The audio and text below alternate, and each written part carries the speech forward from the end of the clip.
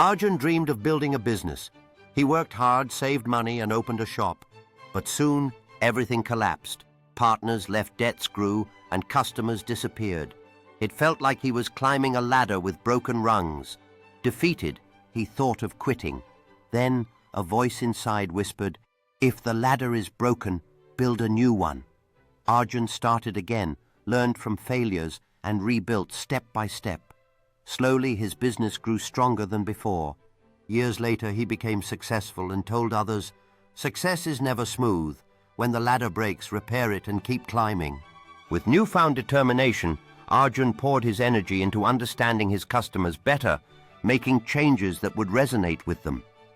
As days turned into months, he began to see the fruits of his labor, with each small success fueling his ambition.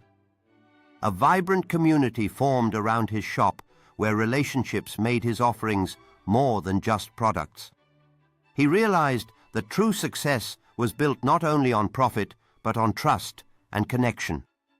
Soon, Arjun's shop became a beloved spot in town, known for its exceptional service and quality.